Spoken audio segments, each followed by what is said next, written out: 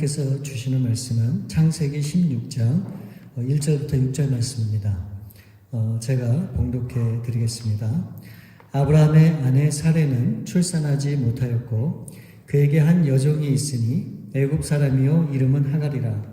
사레가 아브라함에게 이르되 여호와께서 내 출산을 허락하지 아니하셨으니 원하건대 내 여종에게 들어가라.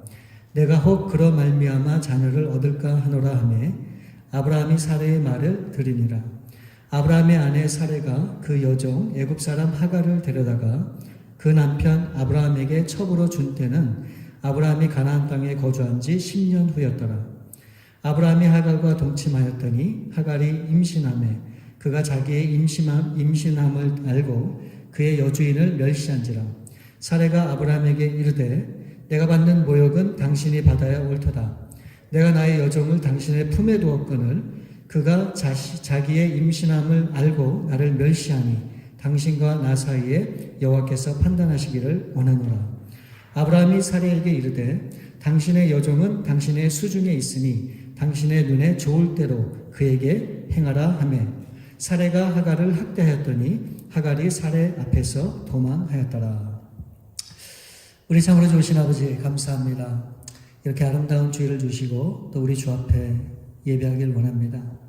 이 예배를 통해서 살아계신 하나님을 만나는 시간 되게 도와주시고 다시 한번 하나님 앞에 우리의 삶을 점검해보는 그런 귀한 시간 될 수 있도록 우리 주님 함께해 주옵소서. 부족한 점을 감춰주시고 입술을 주장해 주시고 오로지 하나님의 귀한 말씀만을 증거하는 시간 될 수 있도록 우리 주님 함께해 주시옵기 원하오며 우리 거룩하신 주 예수 그리스도의 이름으로 감사하며 기도 올려옵나이다. 아멘. 오늘은 무엇이 문제일까요? 라고 하는 제목으로 말씀을 나누게 되는데 먼저 제가 한 가지 좀 말씀드리고 싶은 거는 오늘 본문에 보면 아브라함과 사레라고 나오잖아요. 이제 바로 조금 있다가 성경에 보면 이들의 이름이 바뀌게 됩니다. 그래서 제가 오늘은 이 본문에 아브라함과 사레라고 얘기했지만 그냥 아브라함과 사라라고 그렇게 제가 부르도록 하겠습니다. 여러분 성경을 보게 되면 참으로 많은 그런 믿음의 사람들이 등장하고 있습니다. 근데 그 믿음의 사람 중에서 본이 되고 또 이 믿음의 조상이 된 사람 그리고 또한 이 열국의 아버지가 된 사람이 누구입니까? 바로 그 사람이 아브라함이에요. 그렇죠? 그래서 우리가 아브라함을 생각하면 어떤 상황에서도 이 믿음을 잃지 않고 믿음으로 도전을 멈추지 않았던 용기 있고 또 담대한 누구보다도 하나님을 사랑한 그런 사람이 바로 아브라함이다 라고 그렇게 생각을 하는데 오늘 이 본문 말씀에 보면 이 믿음의 사람인 이 아브라함의 결코 좋지 않은 이 아브라함이 어떻게 보면 삶의 발목을 잡는 그런 사건이 기록되어 있습니다.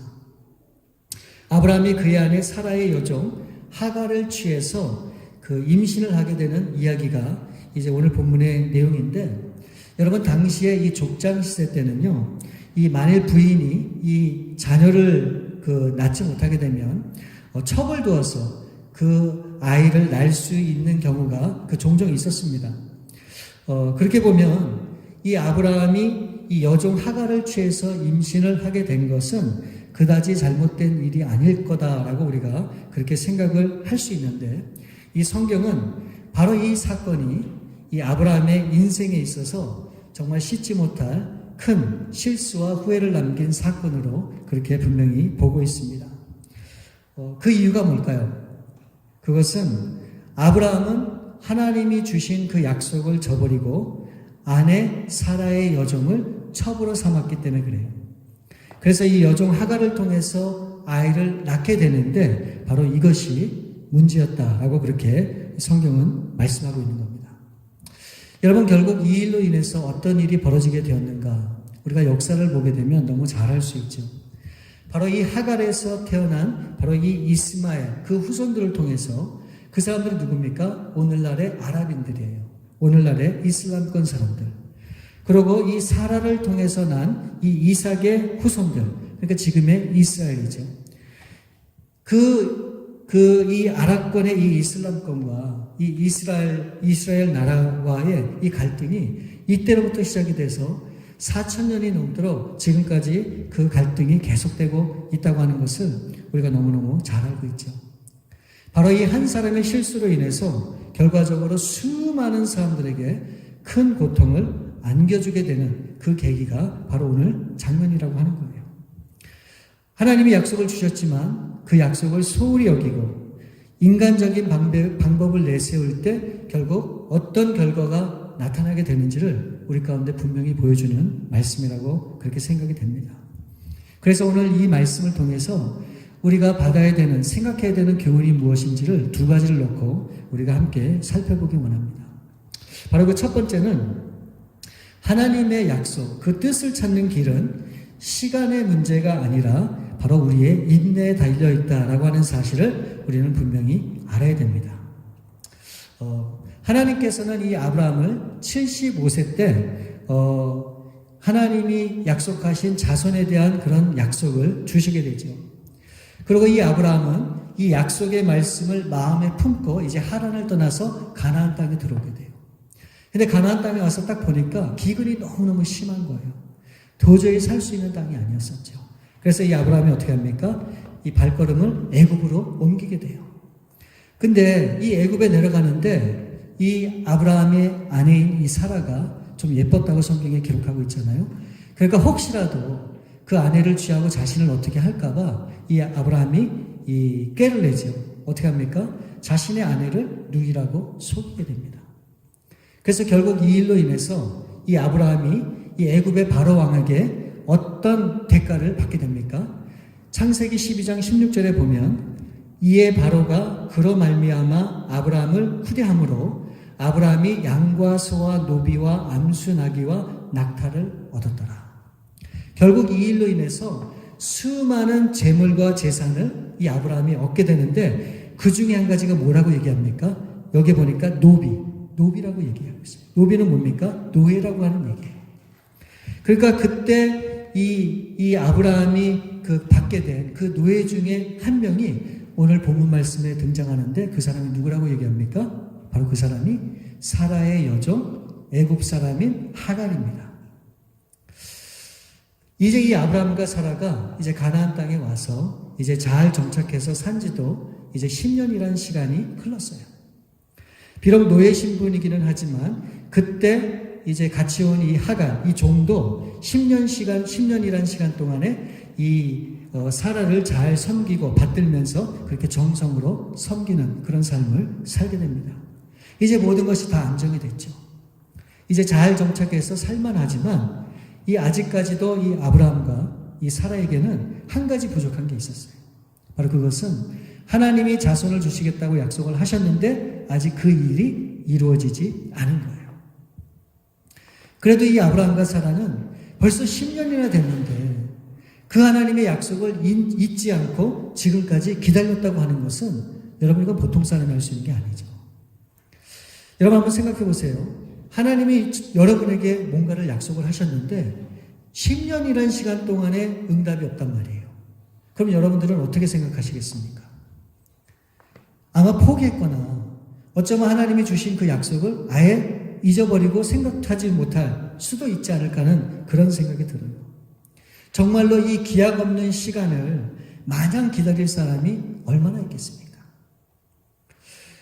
그런데 이 아브라함과 사라는 그 많은 시간이 지나가면서 그 약속을 잊지 않고 그것을 기대하면서 또 바라고 또 그것을 기다렸다고 하는 바로 그게 정말 대단하다라고 하는 그런 생각이 좀 들어요. 그런데 또 한편으로 생각해 보면 여러분 75세가 되었던 85세가 되었던 95세가 되었던 간에 여러분 그 나이의 그 숫자가 뭐가 의미가 있겠습니까? 어차피 이 아브라함과 사라는 나이가 많다는 얘기죠. 정상적으로는 임신할 수 없는 그런 지금 에이지에 분명히 있는 거예요. 그럼 어떻게 해야 돼요? 그러면 자신들의 노력과 방법을 할 수 없기 때문에 하나님만 바라봐야 되는 게 그게 당연한 거 아닌가요? 그런데 이제 와서 이 아브라함과 사라가 어떤 생각을 하게 되는지 아세요? 여태까지는 그렇지만 이제는 더 이상 안 되겠다는 거예요. 더 늦기 전에, 더 불가능하기 전에 지금 이 시점에서 무엇이라도 해야 되지 않을까 하는 그런 생각을 하게 되는 겁니다. 근데 여러분 지금 이 아브라함과 이 사라가 크게 실수하는 게 뭔지 아세요? 바로 그것은 하나님의 그 뜻을 자신들의 방법으로 이루고자 하는 지금 그런 모습이 분명히 잘못된 것이죠. 이것은 오늘 우리 믿는 사람들한테도 동일하게 적용이 돼요. 우리는 그런 실수를 너무너무 많이 한다고 저는 생각을 합니다. 어쩌면 아브라함은 이렇게 생각했을지 몰라요. 하나님이 자식을 준다고 약속을 하셨는데 우리 부부를 보니까 임신할 수 있는 그런 가능성이 없고, 그러면 어쩌면 저기 있는 저 종 하갈을 통해서 내 자식을 낳게 하는 것이 하나님의 뜻이 아닐까, 그렇게 생각할 수도 있잖아요. 그러면서 이렇게 생각을 굳히는 거예요. 아, 그래, 맞다. 그렇다면 가만히 있어서는 안 되고 마냥 기다릴 것이 아니고 뭔가를 시도해 봐야 되겠다, 뭔가를 해봐야 되겠다 라고 하는 생각을 굳히게 돼요. 여러분, 우리도 그런 생각할 때가 참 많잖아요. 아무것도 안 하고 가만히 있는 것이 이게 하나님 앞에 잘못된 것이고 이것이 어쩌면 하나님의 뜻을 거스르는 게 아닐까, 우리는 그렇게 생각해요. 그래서 내 나름대로 그래, 맞다, 분명히 하나님의 뜻이 있을 거야, 내가 뭔가를 해야 되지 않을까, 내가 뭔가를 해야지 되지 않을까, 분명히 하나님의 뜻은 있는데 아무것도 안 보인다고 가만히 있으면 이게 안 되는 거 아닌가. 그래서 뭔가를 하고자 하는 그런 마음을 우리도 가질 때가 분명히 있죠. 여러분, 제가 그러면 질문을 드리겠습니다. 어떤 상황이든 그 상황 가운데 내가 생각하고 구상한 그 방법이 정말로 하나님의 뜻일까요? 예를 들면 이런 거예요. 하나님 뜻 가운데 나가기 위해서 기도를 했단 말이에요. 그러면 어떻게 될까요? 그 때가 될 때까지 기다려야 되죠. 근데 우리는 어떻게 하는지 아세요? 우리는 기도를 했죠. 그리고 하나님을 믿죠. 그러니까 내가 생각하고 계획하고 준비를 해요. 그리고 그것을 밀어붙여요. 그래서 일이 잘 되면 할렐루야, 하나님 감사합니다, 이게 하나님의 뜻이었군요. 일이 잘 안 되고 꼬이면 하나님 앞에 불평과 원망을 한단 말이죠. 그런데 결과적으로 일이 잘 되든 안 되든 이것은 하나님의 뜻과 상관이 없는 거예요. 그냥 내 의지로, 내 방법과 내 생각으로 밀어붙인 그거밖에 안 되는 것이죠. 그러면 저에게 여러분이 이렇게 질문할 수 있죠. 분명히 이렇게 저에게 물어볼 수 있습니다. 그럼 가만히 아무것도 안 하고 있으면 저절로 하나님의 뜻이 이루어지느냐? 그렇죠? 그렇게 생각할 수 있죠. 그러면은 아무것도 안 하고 가만히 있으면 하나님의 뜻이 과연 이루어지느냐? 라고 우리가 그렇게 질문할 수 있죠. 여러분, 그게 바로 문제예요. 그게. 우리한테 가장 큰 문제 중에 하나가 저는 그거라고 봐요. 뭔가를 해야 된다고 하는 생각. 바로 오늘 본문을 통해서 보여준 이 아브라함과 사라의 문제가 거기에 있는 거예요. 하나님의 뜻은 분명히 있거든요. 근데 지금 아무것도 일어나지 않아요. 아, 이거 뭐가 썩들멍이다. 이거 뭔가를 해야 되는 게 아닐까. 내가 움직여야지 하나님이 역사하는 게 아닐까. 그래서 뭔가를 하려고 결국 이와 같은 일을 만들게 되는 거죠. 우리가 그런 오해와 착각을 할 때가 참 많습니다. 그러니까 내가 정해놓은 시간 속에서 해답을 찾고자 할 때가 우리가 사실 얼마나 많아요. 그것뿐만입니까? 내 시간 속에서, 내 계획 속에서 하나님의 뜻이 맞춰져야 된다고 하는 그런 생각을 갖고 우리가 신앙생활을 할 때가 또 얼마나 많아요. 여러분, 이것은 절대적으로 바른 신앙의 모습이 아니에요. 바람직한 신앙의 모습이 아니란 말이죠. 내가 계획해놓고 내가 준비해놓고 그 하나님의 뜻을 여기다가 갖다가 붙이려고 하는 것, 이것은 잘못된 신앙의 동기라고 하는 사실을 우리는 분명히 알아야 돼요. 그럼 여러분, 어떻게 해야 우리가 하나님의 뜻 가운데 나아갈 수 있을까? 이게 우리가 생각해 봐야 되는 질문이잖아요. 어떻게 하면 하나님의 뜻대로 그렇게 할 수 있을까? 제가 좀 쉽게 말씀드리면 바로 이거예요. 우리는 본질에 충실하면 돼요. 본질에 충실하는 거. 여러분 보세요. 하나님은 하나님의 큰 계획 가운데 우리에게 우리 인생의 계획을 갖고 계세요. 그리고 그 하나님의 뜻 가운데 우리를 인도하고 계세요. 그럼 우리가 어떤 환경에 처해 있든지 간에 나에게 주어진 가정에서, 나에게 주어진 직장에서, 사회에서, 세상에서, 또 교회에서 요동하지 않고 내가 해야 될 일을 묵묵히 감당하는 거예요. 너무나 큰 복잡한 일이 있어서 나 아무것도 못하겠다. 너무 어려운 일이 있어서 내가 이거 감당을 못해. 그게 아니에요. 주어진 일을 충성되게 끊임없이 감당해 나가는 거예요. 여러분, 하나님의 뜻을 찾기 위해서 이것저것 찔러보는 것이 믿음이 아니라 묵묵히 하나님을 바라보면서 기다리는 것. 바로 이것이 하나님의 뜻 가운데 나간다고 하는 거죠. 여러분, 그렇게 기다리다 하나님의 때가 되면 하나님의 우리의 삶을 통해서, 환경을 통해서 분명히 우리로 하여금 알게 하시고 깨닫게 하십니다. 내가 여태까지 기다렸더니 이것이 바로 하나님의 뜻이었구나. 분명히 알 수 있어요. 여러분, 성경에 보세요. 하나님의 뜻이 막연한 게 아니에요. 분명한 하나님의 때가 되면 모든 사람들이 다 알 수 있었어요. 그래서 그것을 믿음으로 반응하고 그것을 믿음으로 이겼기 때문에 결국 믿음의 사람들이 된 거죠. 고린도전서 15장에 보면 예수님께서 부활하시고 500여 명에게 예수님 자신을 나타내 보이셨다고 그렇게 기록하고 있죠. 그래서 예수님께서 그 사도행전 1장에 그렇게 그 사람들에게 말씀을 하셨어요. 너희는 예루살렘을 떠나지 말고 아버지의 약속하신 것을 기다리라고. 여러분, 처음에 500명이 그 예수님을 만나고 나서 너무 감격했겠죠. 와, 예수님 진짜구나. 그리고 예수님이 말씀하시니까 어떻게 했습니까? 기다렸겠죠. 근데 여러분, 마가의 다락방에 남아서 함께 마음과 뜻을 모은 사람이 그 500명 중에 몇 명이 남아 있었어요? 120명밖에 안 남아 있었어요. 그럼 나머지 500명 중에 그 4분의 1은 어디 갔습니까? 4분의 3은 어디 갔습니까? 예루살렘을 떠나지 말라고 얘기하셨는데 결국 이 예루살렘을 떠난 것은 내 시간표에 따라 움직이는 그들의 결정이었었어요. 그것은 하나님의 뜻과 전혀 상관이 없죠. 그러나 아버지의 약속하신 것을 기다리다가 말씀하셨는데 거기에 순종한 사람들은 뭡니까? 이 하나님의 시간표에 내 인생을 맡긴 사람들이에요. 우리가 많은 때 그런 실수를 하죠. 내 시간표에 나의 모든 것을 그 생각과 방법을 따라서 결정하고 그렇게 나아가죠. 그 인간적인 생각이라는 겁니다. 그러나 정말 하나님의 뜻대로 쓰임받고 하나님의 그 약속대로 살고 싶은 분들은 어떻게 되는가? 기다려야 돼요. 하나님이 역사하실 때까지. 여러분, 기다린다고 하는 것은 참으로 답답한 일입니다. 참으로 지루한 일이고 지루한 싸움이에요. 그래도 우리는 끝까지 하나님을 기다려야 돼요. 거기에 내 생각과 방법이 들어가면 일을 그르쳐요. 설사 그게 잘 된다 할지라도 그것은 하나님의 뜻이 아니에요. 내가 원한 나의 바람인 거죠. 여러분, 정말로 하나님의 뜻대로 살기 원하시면 여러분, 하나님이 여러분에게 무슨 약속을 주셨든 그것을 붙잡고 끝까지 기다리세요. 아무것도 안 보이고 아무것도 안 잡혀도 그냥 묵묵히 주님을 바라보세요. 그리고 주어진 삶에 최선을 다하세요. 그럼 하나님이 하나님의 때가 되면 그것을 알게 하세요.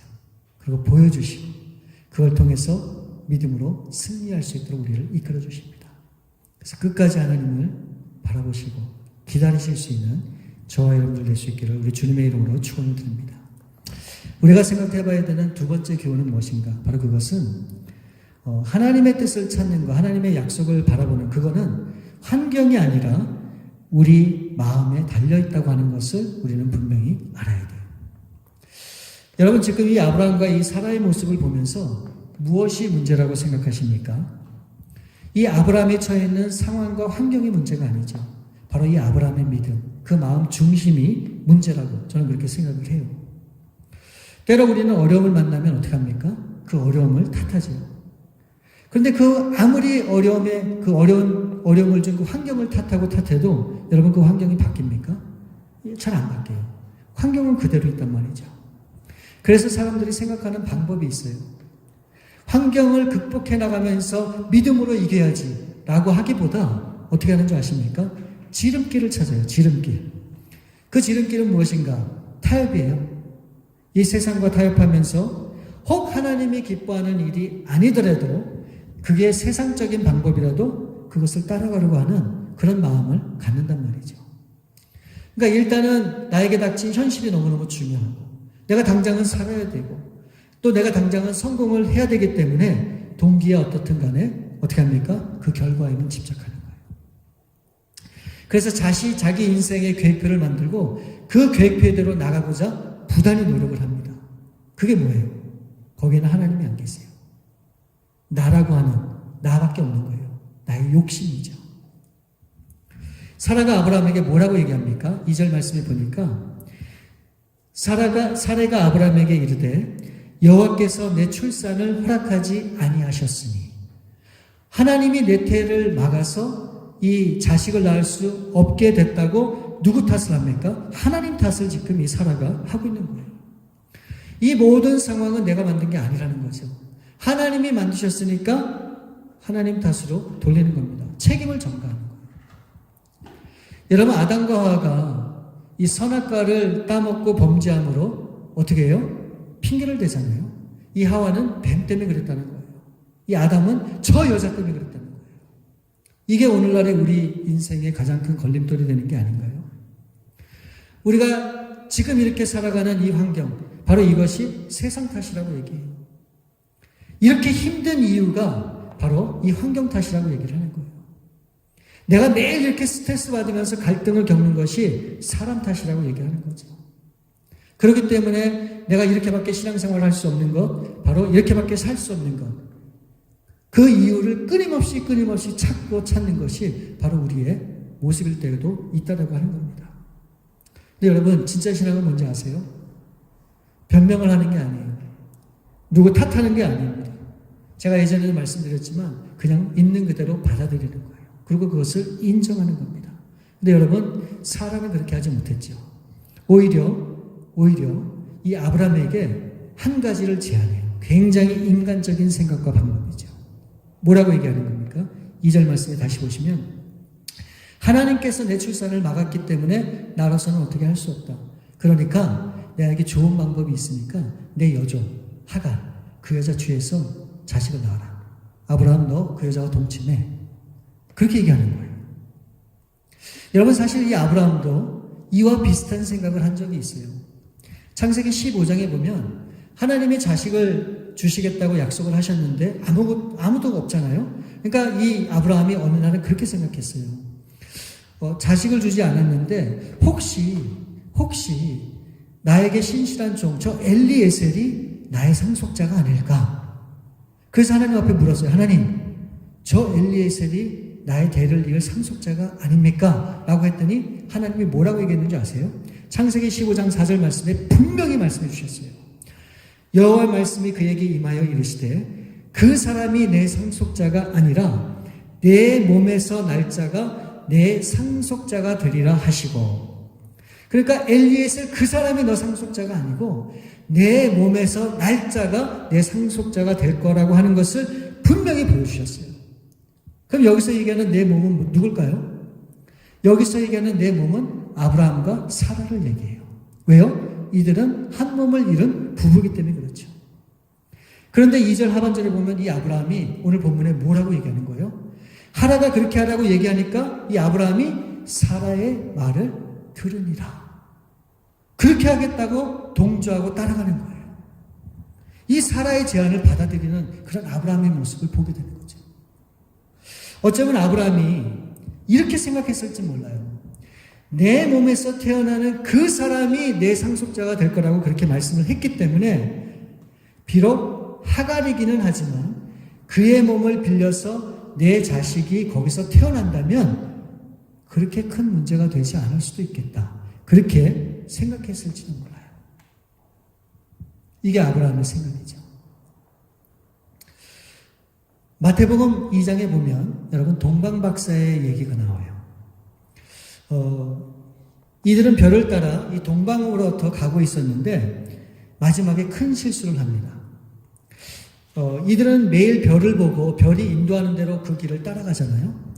그러다 보니까 별이 보일 수 있는 새벽이나 저녁 때 이동을 하다 보니까 너무너무 힘들 거예요. 그래서 어느 날 이제 빨간 대낮에 이제 그 길을 재촉하고 있는데 그런 가운데 갑자기 이들에게 든 생각이 있었어요. 이 이스라엘의 왕으로 오시는 분인데 뭐 이상한 데서 태어나지 않을 거고 분명히 하나님이 계신 하나님의 성전에서 거룩하고 위대한 모습으로 태어날 수 있지 않을까라고 짐작을 하게 돼요. 그래서 어떻게 됩니까? 그래서 더 이상의 별을 따라가지 않고 자신들의 생각을 따라서 결국 이스라엘의 성전이 있는 헤롯을 가는 거예요. 여러분, 자신의 생각과 방법이 들어가게 되면 결국은 하갈을 취할 수밖에 없는 거예요. 인간적인 방법으로 일을 만들 수밖에 없는 거죠. 그래서 내 생각, 내 욕심으로 내가 인생의 주인이 되어서 내 마음대로 그렇게 살아갈 수 있다고 하는 거예요. 여러분, 처음에 동방 박사가 별을 보고 출발했으면 어떻게 됩니까? 끝까지 별을 보고 갔어야 돼요. 근데 거기에 자신들의 생각이 들어가니까 어떻게 돼요? 결국은 딴 데로 가는 거예요. 그래서 결국은 하갈과 동침을 하게 되는 겁니다. 우리가 신앙생활 오래 하다 보면 우리가 대충 알잖아요. 어떻게 신앙생활을 해야 되는지, 교회에서는 어떻게 해야 되는지, 뭐가 있어야 되는지, 어떤 결과가 있는지 우리는 훤히 다 알고 있단 말이죠. 그래서 거기에 우리의 생각이 들어가는 거예요. 그래서 결국은 하나님의 뜻을 거스를 때가 얼마나 많은지 몰라요. 사실 저도 그런 경험이 참 많습니다. 여러분 생각해 보세요. 이제 이 아브라함과 사라가 원하는 대로 드디어 이 하갈을 통해서 이제 임신을 하게 됐습니다. 근데 여러분, 그럼 좋아해야죠. 아, 드디어 하나님의 뜻이 이루어지는구나. 이제 자식이 생기겠구나. 얼마나 기쁜 일이에요. 근데 여러분, 어떤 일이 생기는지 아십니까? 4절 말씀에 보면 아브라함이 하갈과 동침하였더니 하갈이 임신하매 그가 자기의 임신함을 알고 그의 여주인을 어떻게 해요? 멸시한지라. 하갈이 임신하자마자 이제 태도를 바꿨어요. 자신이 그렇게 위대하게 섬겼던 그 주인을 향해서 어떻게 해요? 멸시를 했다고 성경이 기록하고 있는 거예요. 여러분, 그런 이유가 뭡니까? 아브라함의 애가 있다는 거죠. 그러니까 자신은 떳떳하다는 거예요. 그래서 이 사라에게 대드는 거예요. 이거는 전혀 아브라함과 사라가 생각하지 못했던 거예요. 그렇죠? 느닷없이 아이가 생기는 바람에 일어난 일이란 말이죠. 그동안에 이 사라가 자식이 없어서 참으로 마음이 아팠는데 이제는 이 하갈 때문에 이 마음이 괴롭게 된 거죠. 근데 이로 인해서 이 사라의 모든 것이 바뀌게 돼요. 여러분, 사라가 어떤 사람이었는지 아십니까? 베드로전서 3장 6절 말씀에 보면 사라가 아브라함을 주라 칭하여. 아니, 이 아내가 남편을 향해서 주라고 얘기했대요. 주가 뭔지 아세요? 주인이란 얘기예요. 주인. 그러니까 이 사라가 아브라함을 주인처럼 떠받았다는 얘기예요. 주인처럼 그를 높여줬다는 얘기예요. 얼마나 이 사라가 이 아브라함을 깍듯하게 대했는지를 우리가 알 수 있는 대목이죠. 그런데 이 사라가 오늘 이 본문의 이 사건을 통해서 뭐라고 얘기하는지 아세요? 5절 말씀에 보면 사레가 아브라함에게 이르되 내가 받는 모욕은 당신이 받아야 옳도다. 내가 나의 여종을 당신의 품에 두었거늘 그가 자기의 임신함을 알고 나를 멸시하느니 당신과 나 사이에 여호와께서 판단하시기를 원하노라. 여러분, 사라가 180도가 바뀌었어요. 내가 받는 모욕을 당신이 받아야 된다고 큰 소리 치는 거예요. 여러분, 정말 이 사라의 말 한마디 한마디에 굉장히 도끼가 서린 어떤 그런 싸늘한 그런 걸 여러분 느끼지 못하세요? 와, 저는 그냥 이게 너무너무 이게 잘 느껴지지가 않아요. 근데 그렇게 이 사라가 바뀌었다는 거죠. 그러면 여러분, 그러지 않았던 사라가 자신에게 그렇게 나오면 아브라함은 어떻게 해야 됩니까? 분명히 생각을 해야 돼요. 분명히 하나님에게 나에게 자식을 주신다고 약속을 했는데 결국 그 자식으로 인해서 사라가 저렇게 나하고 갈등이 생기고 우리 가정에 이렇게 어려운 일이 생긴다 그러면 이거는 뭔가 잘못된 게 아닐까? 하나님 앞에 기도해 봐야죠. 하나님 정말로 이렇게 해서 자식이 생겼는데 이게 하나님의 뜻입니까? 확인을 해봐야죠. 근데 여러분, 아브라함이 어떻게 하는 줄 아세요? 6절 말씀에 보면 아브라함이 사라에게 이르되 당신의 여종은 당신의 수중에 있으니 당신의 눈에 좋을 대로 그에게 행하라. 뭐라고 얘기하는지 아세요?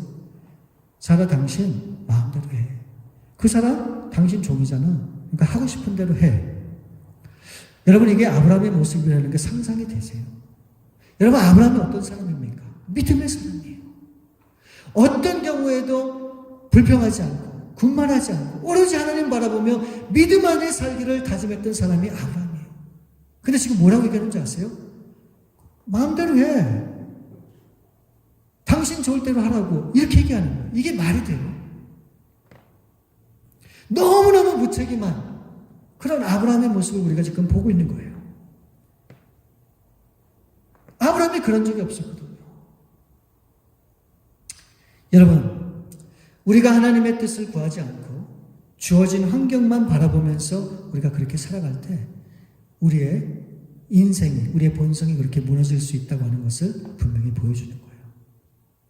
하나님의 뜻대로 살지 않으면 하나님의 평안과 기쁨과 감사가 다 사라집니다. 불안해져요. 초조해져요. 그리고 점점 이 세상이 두려워지죠. 이 마음의 기쁨과 평강이 사라지면서 사람들하고의 관계도 어긋나기 시작해요. 그래서 쉽게 아무것도 아닌 일에 화를 내고 아무것도 아닌 일에 감정을 절제 못하고 우리 그리스도인의 이 모든 인성과 본성과 우리의 삶이 그렇게 다 무너져 갈 수밖에 없다고 하는 것을 분명히 보여주는 거예요. 그럴 때 여러분, 사라가 어떻게 합니까? 6절 하반절 말씀을 보니까 이 사라가 자신을 그렇게 멸시한 이 하갈을 어떻게 해요? 학대를 했다고 얘기하고 있어요. 학대를 했다.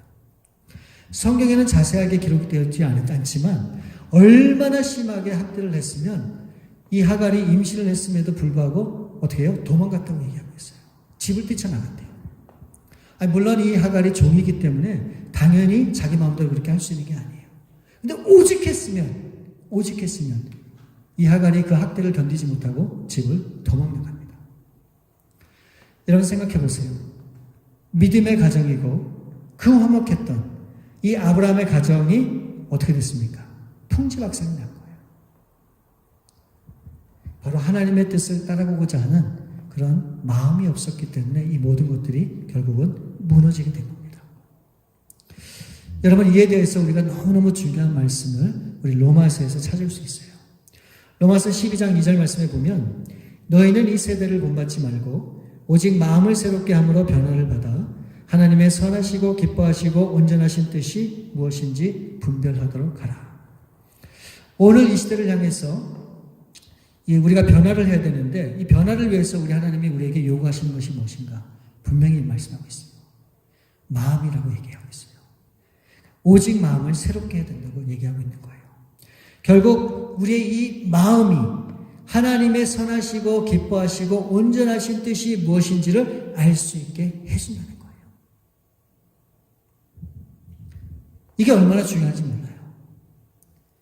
여러분, 우리의 이 마음이 정말 하나님에서 떠나게 되면 하나님의 그 뜻을 전혀 알 수 없고 이 세상 속에서 살다가 그렇게 방황하다 그렇게 가는 인생으로 끝날 수 있다고 하는 거예요. 그러나 우리의 마음이 항상 주님을 바라보고 주님 앞에 있다면 우리는 하나님의 뜻대로 살 수 있다고 하는 것을 분명히 보여주고 있는 겁니다. 여러분, 오늘날 저와 여러분에게 문제가 뭘까요? 내가 정해놓은 시간표대로 안 되는 게 그게 문제일까요? 아니면 내가 처한 환경이 여러분들에게 문제일까요? 여러분, 진짜 문제는 뭔지 아세요? 우리가 하나님의 뜻을 구하지도 않고 그 하나님의 뜻대로 살고자 하는 그런 마음도 갖지 않고 있다고 하는 것이 정말로 진정한 문제라 저는 그렇게 분명히 생각을 합니다. 그래서 여러분, 우리는 어떻게 됩니까? 이제부터 우리가 무엇을 하든지 하나님의 뜻을 찾아갈 수 있어야 돼요. 하나님이 정말 무엇을 원하는지 거기에 우리의 마음에 초점을 맞춰야 되는 겁니다. 그래서 그 뜻을 찾아가기 위해서 우리가 인내하고 우리의 마음을 주님 앞에 반드시 모아야 되는 거예요. 우리가 그렇게 할 때 매일매일 우리의 삶을 통해서 우리가 복된 삶을 살 수 있고 정말 하나님의 뜻 가운데 나갈 수 있는 길이 열리게 돼서 우리 하나님과 함께 동행하는 그런 은혜의 삶을 우리가 경험할 수 있게 되는 겁니다. 여러분, 인내하시고 그 가운데서 우리의 마음을 하나님 앞에 고정하시고 그 하나님 안에서 그렇게 살아가시는 저와 여러분들 될 수 있기를 우리 주님의 이름으로 축원을 드립니다. 참으로 좋으신 아버지 감사합니다. 오늘 이 말씀을 통해서 우리가 다시 한번 하나님의 뜻을 우리가 구하고 찾기 위해서 우리가 어떤 것을 해야 되는지에 대해서 우리가 말씀을 살펴보았습니다. 아버지 하나님, 우리는 하나님의 뜻이라고 하면서 많은 때 내 생각과 계획과 내 방법을 가지고 그것이 마치 하나님의 뜻인 것처럼 우리가 그렇게 믿음으로 도전했던 그런 일들이 얼마나 많은지 모르겠습니다. 그러나 그것이 처음부터 하나님 앞에 선한 동기로 하나님의 뜻을 구하는 것이 아니었다면 그것이 하나님과 아무런 상관이 없는 일이기에 다시 한번 우리가 이 시간 우리 삶 가운데 내 생각과 방법을 다 내려놓고 우리 하나님의 온전한 뜻만을 다시 한번 구하기를 원합니다. 아버지 하나님, 우리를 통해서 하나님의 뜻이 이루어질 때까지 끝까지 인내하며 끝까지 우리의 마음을 하나님 앞에 고정하고 하나님만 바라보는 저희 모두가 될 수 있도록 인도해 주셔서 특별히 마지막 때 이 세상이 혼란하고 참으로 어지럽고 정말 온갖 세상에 많은 일들이 일어나는 가운데서도 우리가 요동치 않고 우리 하나님 앞에 온전히 쓰임받는 하나님의 뜻대로 온전히 나아가는 우리의 삶이 될 수 있도록 우리 주님 함께해 주옵소서. 모든 우리의 삶을 주 앞에 맡겨오며 우리 거룩하신 주 예수 그리스도 이름으로 감사하며 기도를 올리옵나이다. 아멘.